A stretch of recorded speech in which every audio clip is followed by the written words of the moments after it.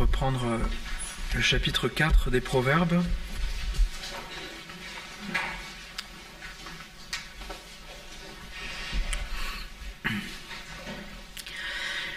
Écoutez, mes fils, l'instruction d'un père, et soyez attentifs pour connaître l'intelligence, car je vous donne un bon savoir.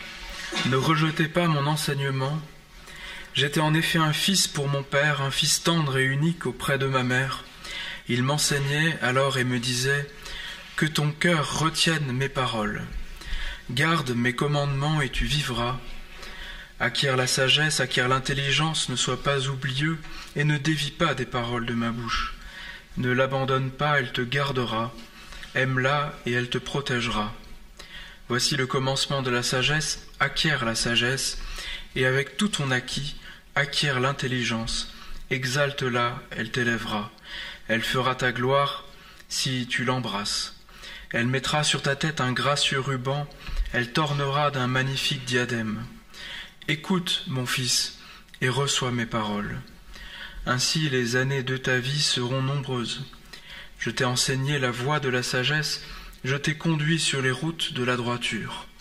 Si tu marches, ton pas ne sera pas gêné, et si tu cours, tu ne trébucheras pas.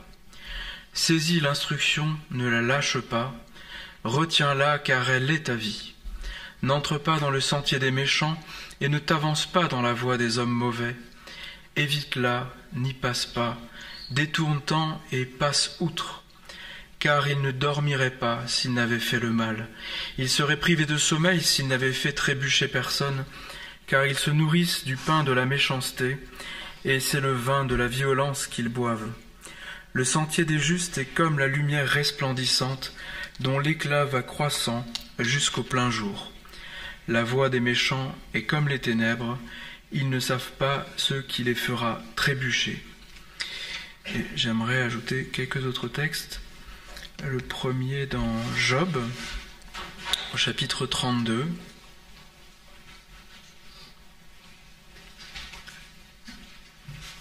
savez que Job était tombé malade, avait connu beaucoup de misère, et donc tous ses amis vont l'exhorter. Et le dernier à ouvrir sa bouche est le plus jeune. Il s'agit d'Éliou. Donc, Job 32, verset 6. Éliou, fils de Barakel de Bouze, prit la parole et dit « Je suis jeune et vous êtes des vieillards. C'est pourquoi j'ai tremblé et j'ai craint de vous expliquer mon savoir. Je me disais, l'âge avancé saura parler, le grand nombre des années fera connaître la sagesse.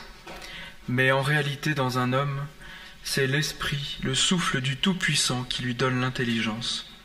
Beaucoup d'années ne donnent pas la sagesse, et ce ne sont pas les vieillards qui comprennent le droit. Voilà pourquoi je dis, écoute-moi, moi aussi, j'expliquerai mon savoir. » Encore dans 1 Chronique, 1 Chronique chapitre 28, verset 4.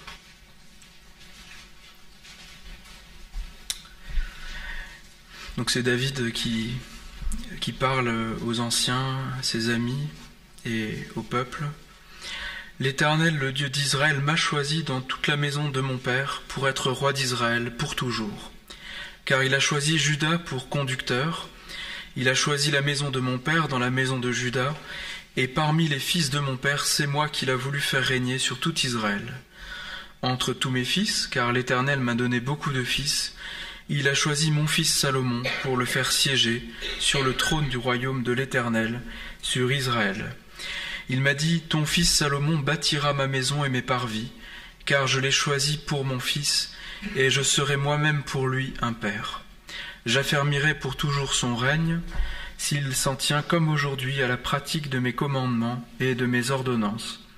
Maintenant, aux yeux de tout Israël, de l'assemblée de l'Éternel, et en présence de notre Dieu qui vous entend, observez soigneusement tous les commandements de l'Éternel votre Dieu, afin que vous possédiez ce bon pays, et que vous le laissiez en héritage à vos fils après vous, pour toujours.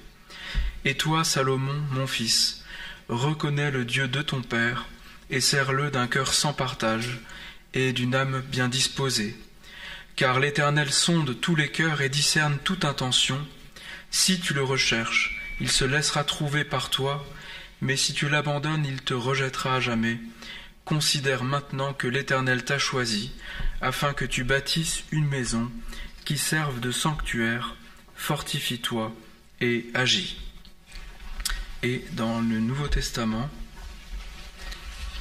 dans la première épître de Paul à Timothée, et que l'apôtre Paul a donné un enseignement à l'Église qui était une parole inspirée, puisqu'il est apôtre, et le ministère des apôtres est de rendre témoignage à la vérité de Jésus-Christ et à instruire l'Église.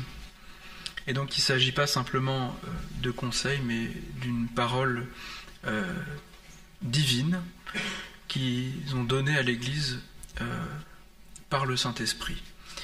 Donc 1 Timothée, chapitre 3, verset 14. Donc c'est après avoir expliqué, donné des recommandations, dire à l'Église comment il faut se comporter, quelle est la place des femmes, des diacres, des anciens.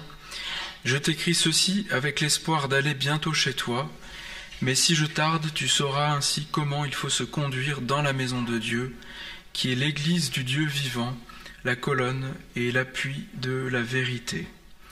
Et au chapitre 4, verset 6, en exposant cela aux frères, tu seras un bon serviteur de Jésus-Christ, nourri des paroles de la foi et de la bonne doctrine que tu as exactement suivies. Mais repousse les fables profanes, contes de vieilles femmes, exerce-toi à la piété, car l'exercice corporel est utile à peu de choses, tandis que la piété est utile à tout. Elle a la promesse de la vie présente et de la vie à venir. C'est une parole certaine et digne d'être entièrement reçue. Nous travaillons et luttons parce que nous avons mis notre espérance dans le Dieu vivant, qui est le sauveur de tous les hommes, surtout des croyants.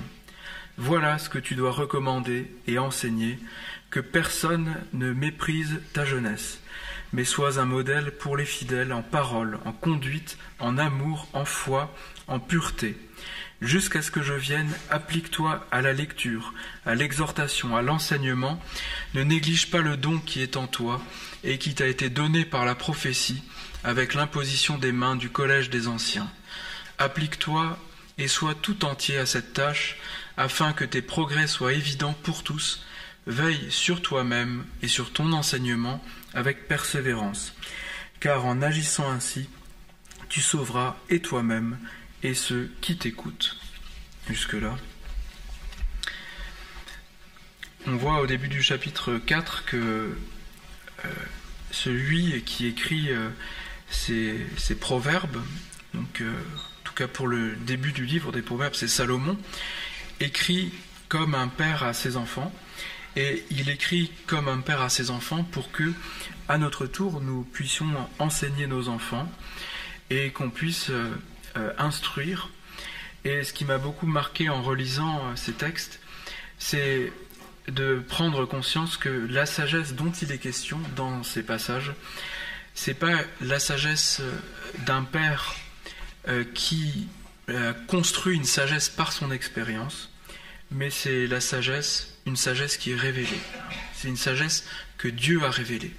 Quand Salomon accède à la royauté, sa prière, c'est de demander à Dieu de lui donner un cœur sage. Et Dieu va lui donner la sagesse comme un don. C'est quelque chose qui vient de Dieu.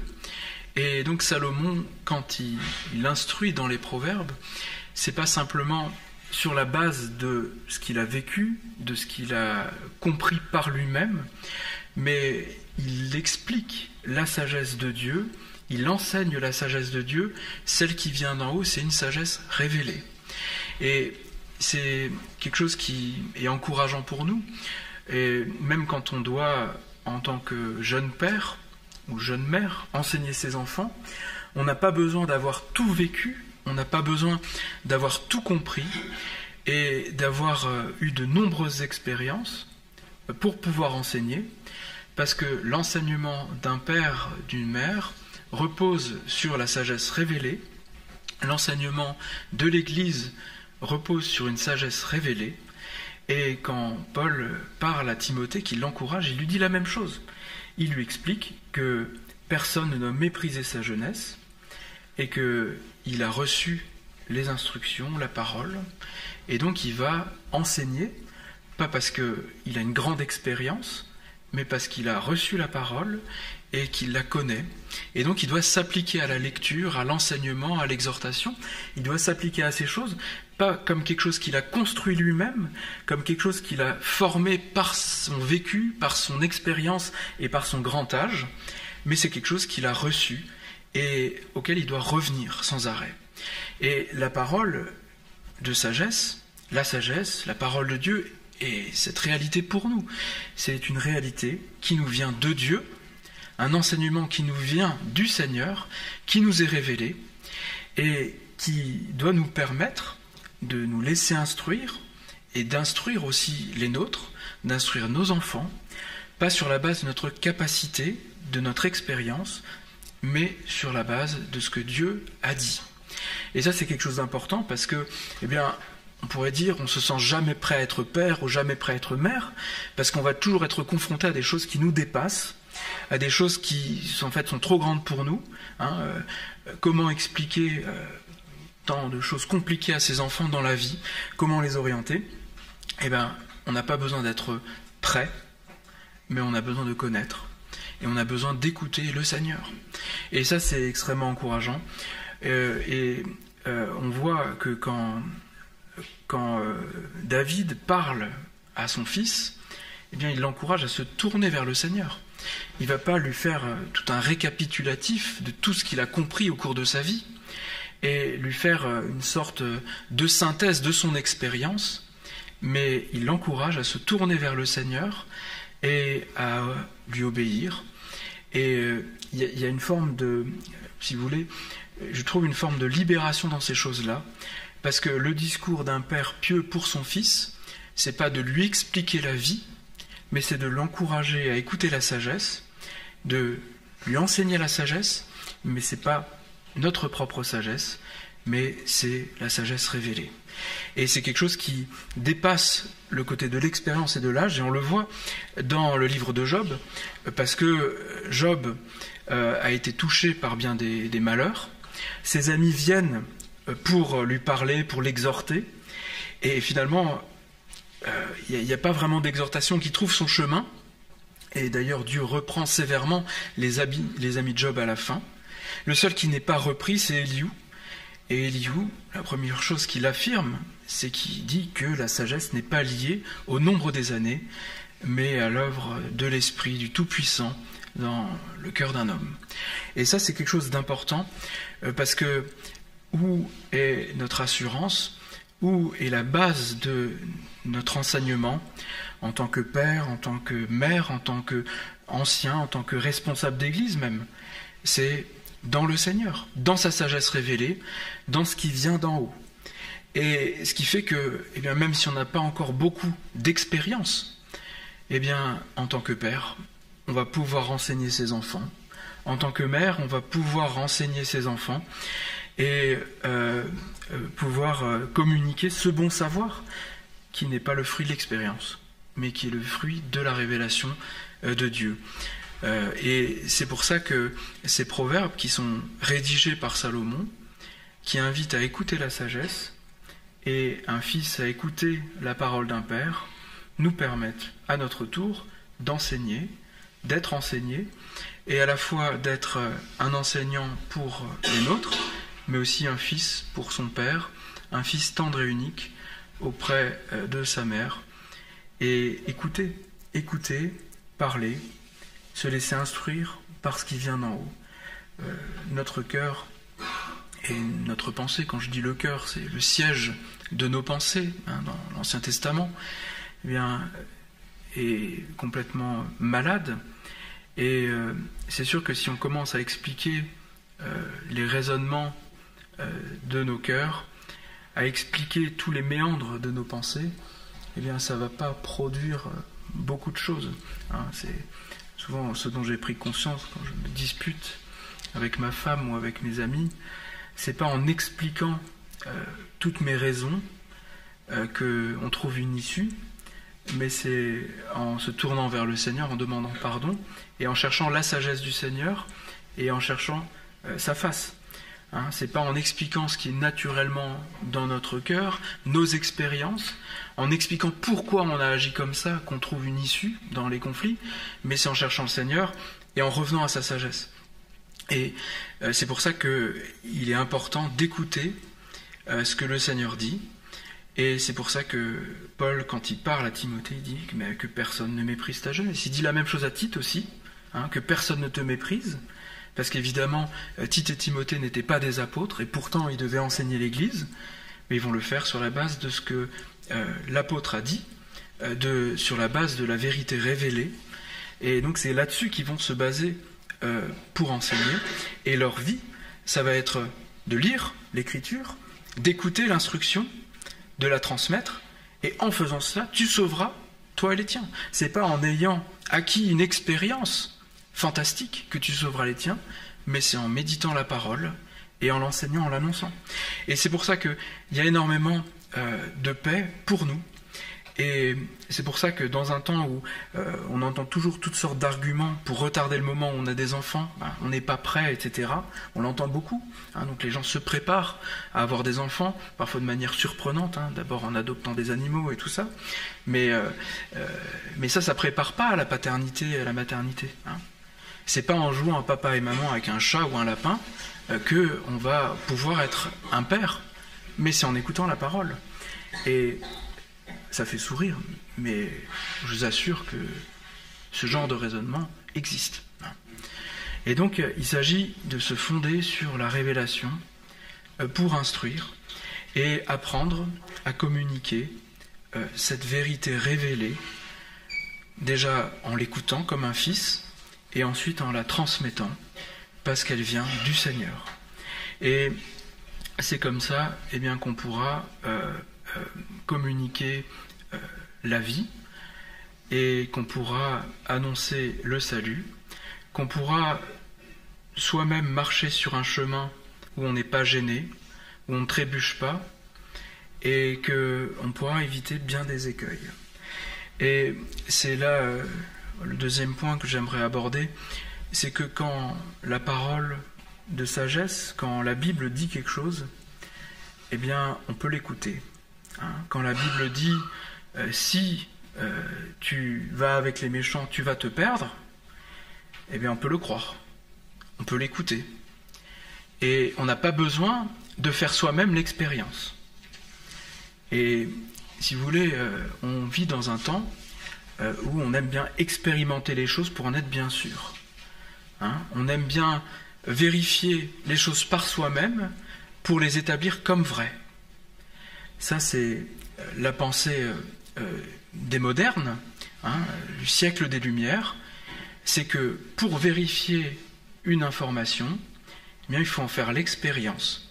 Alors en science, c'est pas mal, parce que vaut mieux tester les lois physiques. Si vous voulez, préfère monter dans un avion qui a été testé. Si on sait que ça vole, tant mieux. Voilà, on a essayé, les schémas sont bons, on a fait des expériences sans passagers, c'est très bien, ça vole. Et donc en science, c'est pas mal. Mais par contre, par rapport à la vie et par rapport à l'instruction du Seigneur, tout tester pour éprouver les choses, c'est vouloir prendre le chemin qui est sans issue. Hein, c'est comme si on disait je vais voir, je vais au bord de la falaise, je vais sauter, je vais essayer de voir si on vole ou si on vole pas. Hein. Alors on pourrait dire il y a déjà des hommes qui ont essayé, ça marche pas, mais on est souvent comme ça. On dit je vais quand même essayer. Et même parfois on a cette sorte de foi vis-à-vis de nos enfants. Hein, on dit il faut qu'il essaye par lui-même. Il faut qu'il se casse les dents, parce que de toute façon, il ne comprendra pas autrement. Alors parfois, c'est vrai, malheureusement, mais il y a aussi un autre chemin. Hein. C'est celui d'écouter la sagesse, et quand la sagesse, et quand la parole dit ne va pas avec les méchants, ne va pas avec ceux qui se nourrissent de violence, qui pourraient pas se coucher sans avoir fait le mal, et dont le pain est la méchanceté, dont le vin est la violence, quand la parole le dit, on peut écouter. Parce que ce n'est pas l'expérience d'un homme, c'est Dieu qui s'adresse à nous et qui le dit. Et donc on n'a pas besoin de le vérifier par nous-mêmes, on peut le croire. Et souvent dans notre manière de vivre devant Dieu, en fait on témoigne d'une forme d'incrédulité assez incroyable. C'est-à-dire que la parole dit quelque chose, mais nous, on veut essayer, on veut expérimenter, et on ne peut pas simplement croire que quand la parole dit quelque chose, quand Dieu nous dit quelque chose, c'est vrai, et que quand la parole dit que le sentier des justes est comme la lumière resplendissante, dont l'éclat va croissant jusqu'au milieu du jour, et que écouter la sagesse, c'est vivre, c'est être en communion avec l'arbre de vie. La sagesse est un arbre de vie pour ceux qui la saisissent, et ceux qui la retiennent sont heureux. Nous, non, on est au-dessus de tout ça, on est plus incrédule et plus capable que Dieu, et donc on est prêt à se lancer dans des expérimentations douteuses, parce qu'on est les fils du siècle, et on ne peut pas simplement écouter ce que le Seigneur veut nous dire. Et ça, c'est vrai que c'est important quand on est jeune. C'est pas d'essayer toutes sortes d'expériences qui va nous conduire sur le bon chemin. C'est pas de commettre toutes sortes de gros péchés, ou ce qui nous paraît gros en tant qu'enfant de chrétien peut-être, qui va nous sauver, parce qu'on va expérimenter une intervention miraculeuse de Dieu après, mais c'est d'écouter la parole. C'est ça qui sauve. Et si la parole me dit « ne va pas avec les méchants », ne fréquente pas les bandits, mais je peux le recevoir, je peux l'écouter, et ce sera la vie pour mon âme. Et il me semble que souvent, même en tant qu'adulte, on est un petit peu comme ça, on expérimente les choses. Plutôt que de se tourner vers le Seigneur, en qui réside toute sagesse, chez qui il n'y a aucun défaut, parce qu'il est Dieu, il est au-dessus des hommes, il est parfait, et sa sagesse a fondé la terre. Sa sagesse, c'est la sagesse qui est à l'origine de toute chose. Si la création fonctionne malgré le péché, si la terre tourne autour du soleil, que le soleil se lève tous les matins sur nous, c'est par la sagesse de Dieu, c'est par sa puissance. On est obligé de faire confiance à cette sagesse dans notre vie de tous les jours. Mais on peut aussi écouter ce que cette sagesse nous dit au niveau spirituel, au niveau moral, au niveau de notre vie. Mais souvent, par incrédulité, par supériorité, on aimerait bien encore essayer. Essayer d'être plus malin que Dieu qui a tout créé, essayer pour marcher dans un chemin expérimental et pour pouvoir dire « Ah ben j'ai essayé, ça marche pas », et être content de soi. Le témoignage de David vis-à-vis de son fils, c'est pas celui-là. Le témoignage de David, c'est le même que celui d'Éliou. C'est dire « Et toi, Salomon, mon fils, reconnais le Dieu de ton père, sers-le d'un cœur sans partage, d'une âme bien disposée, car l'Éternel sonde tous les cœurs, discerne toute intention. Si tu le recherches, il se laissera trouver par toi, mais si tu l'abandonnes, il te rejettera à jamais. Considère maintenant que l'Éternel t'a choisi, afin que tu bâtisses une maison qui serve de sanctuaire. Fortifie-toi et agis. » Et le témoignage de Paul, pour les instructions de Paul pour Tite, pour Timothée, c'est aussi ça.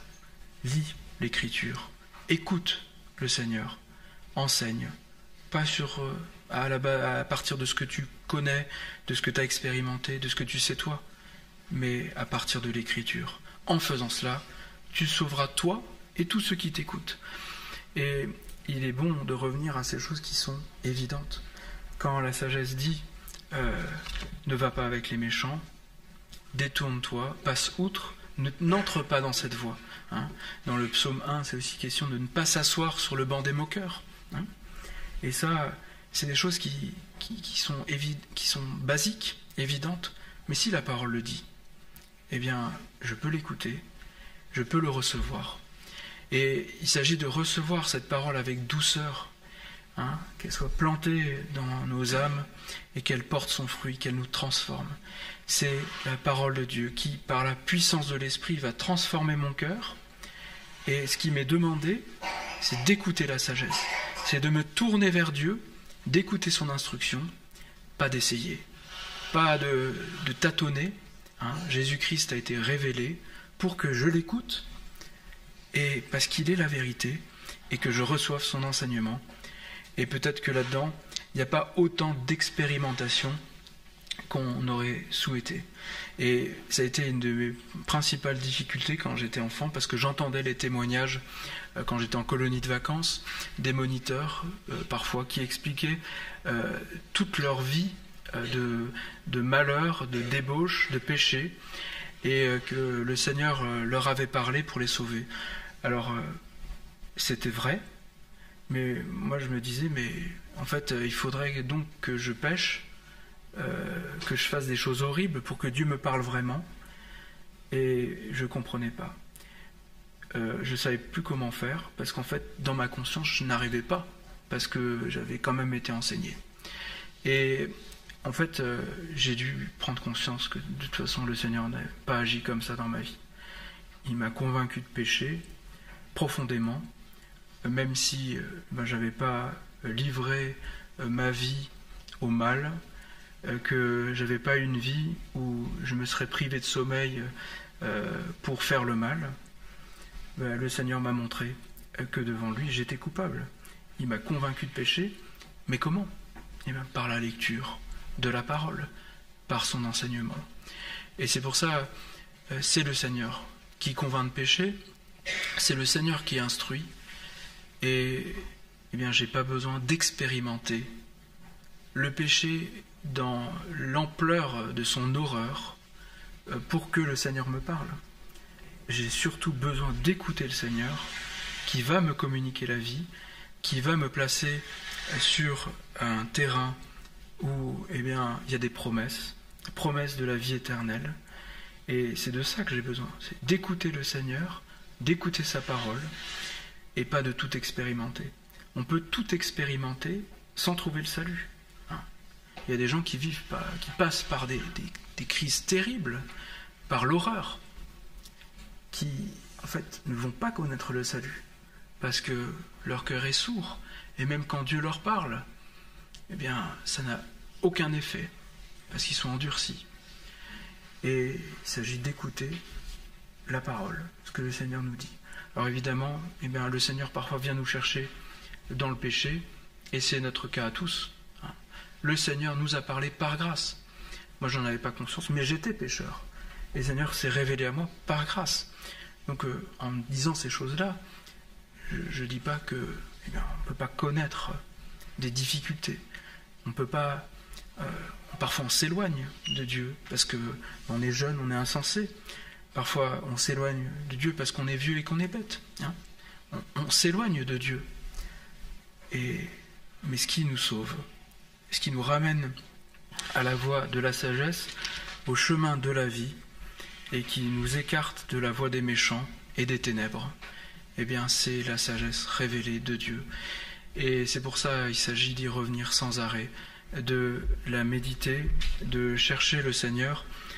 Et c'est ce que Paul dit, exerce-toi la piété, car l'exercice corporel est utile à peu de choses, tandis que la piété est utile à tout. Elle a la promesse de la vie présente et de la vie à venir. Et c'est ce qu'on retrouve tout le temps dans les proverbes, ces promesses pour la vie présente. Si tu suis la sagesse, tu auras des longs jours paisibles, mais il y a aussi dans les proverbes cette promesse pour la vie future, pour la vie à venir, pour la vie éternelle.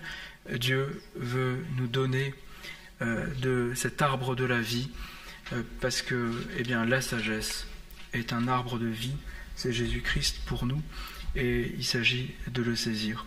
Et c'est pour ça que, dans nos vies, en tant que parents, en tant qu'enfants, en tant que chrétiens, en tant que responsables dans l'Église, en tant que frères, en tant que sœurs dans l'Église, quelle que soit notre situation, ce qui donne la sagesse, c'est d'écouter le Seigneur. C'est pas d'expérimenter, mais c'est d'écouter le Seigneur. Alors bien sûr, cette sagesse va prendre forme dans nos vies, dans nos expériences, mais c'est d'écouter avant tout le Seigneur qui donne la vie. On va prier pour terminer.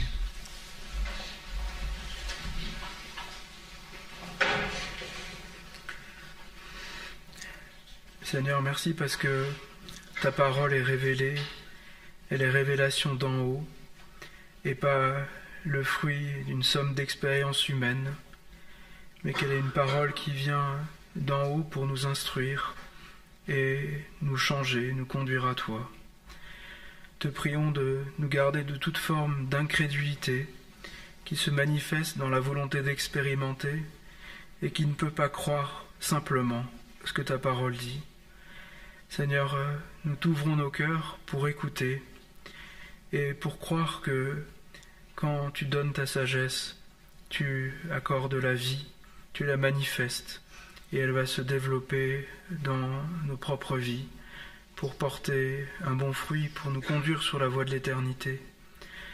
Seigneur, s'il te plaît, dispose-nous à t'écouter, à te chercher. Dis que la piété est utile pour la vie présente et pour la vie à venir. Et te prions de nous accorder cette piété pour te chercher. Seigneur, s'il te plaît, instruis-nous aussi pour instruire nos enfants, pour les conduire sur le chemin de la sagesse. Nous voulons croire que la sagesse n'est pas liée au nombre des années, mais qu'elle est liée à l'œuvre de ton esprit dans nos vies, et à cette œuvre de l'esprit qui nous communique ce qui est écrit et qui nous révèle ce que tu as dit. Te prions d'avoir pitié de nous, de notre incrédulité, de notre volonté d'expérimenter, pour nous donner simplement d'écouter et de croire ce que tu dis. Nous voulons croire à la promesse que tu donnes, qu'en lisant, qu'en écoutant, en nous appliquant à ce que toi tu dis, tu nous sauveras nous-mêmes et aussi ceux qui nous entourent.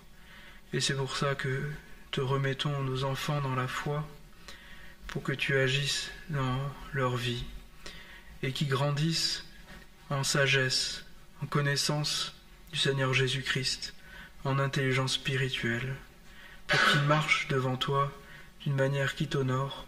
Te le demandons pour eux et aussi pour nous. S'il te plaît, aie pitié de nous et arrache-nous à nos pensées. Amen.